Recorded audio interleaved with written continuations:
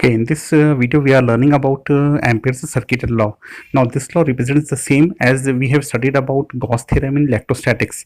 Similar to Gauss theorem in electrostatics, this law is about this magnetic field, related to the magnetic field, and it will be relating to the concepts of magnetism. Now what this law says, first you need to learn the statement of this Ampere circuitry law.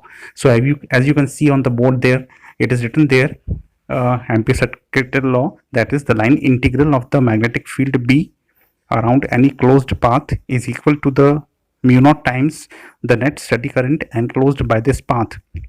That is the line integral of the magnetic field B. So in the expression you can very clearly see that integration B dot dl. You can see integration B dot dl here. The expression which is given here, you just relate the sentence to this expression. So it says that the closed integral. Now there we can see one circle over the integration sign. So it says the line integral of the magnetic field B around any closed path is equal to mu naught times the net steady current enclosed by this path. So integration B dot dl equal to mu naught times the current, that is I. So this is the statement for Ampere circuitry law, and the given below is the expression for Ampere circuitry law. So here is the statement written which says the same thing as is expressed by this expression, that integration B dot dl equal to mu naught I. So many times in the exams this is asked very directly, so you need to learn the statement and expression. This is somewhat similarly important as we have seen that Gauss theorem. Okay, so Gauss theorem, Ampere circuitry law, you have to learn them very nicely, both the topics. Now we come to the proof for this Ampere's circuitry law.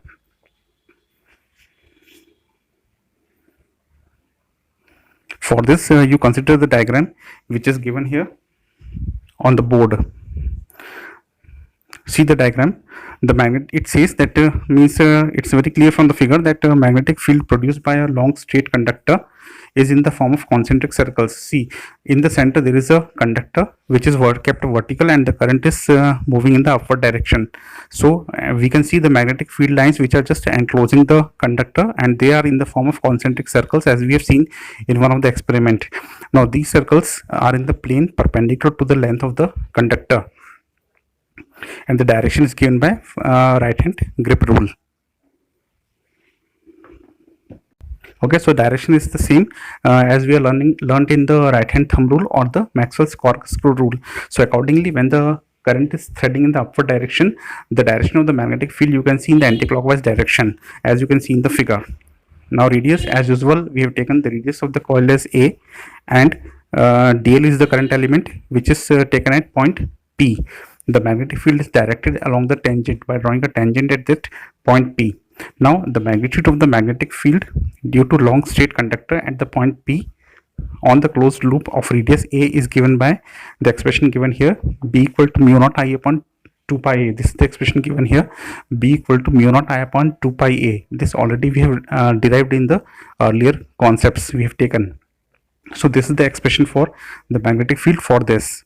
Now consider a field line through point P and of very small length dl, of this field element. So already we have marked in the figure, that is the current element dl we have to take on the field line at the point P, and then tangent there shows the direction of the magnetic field.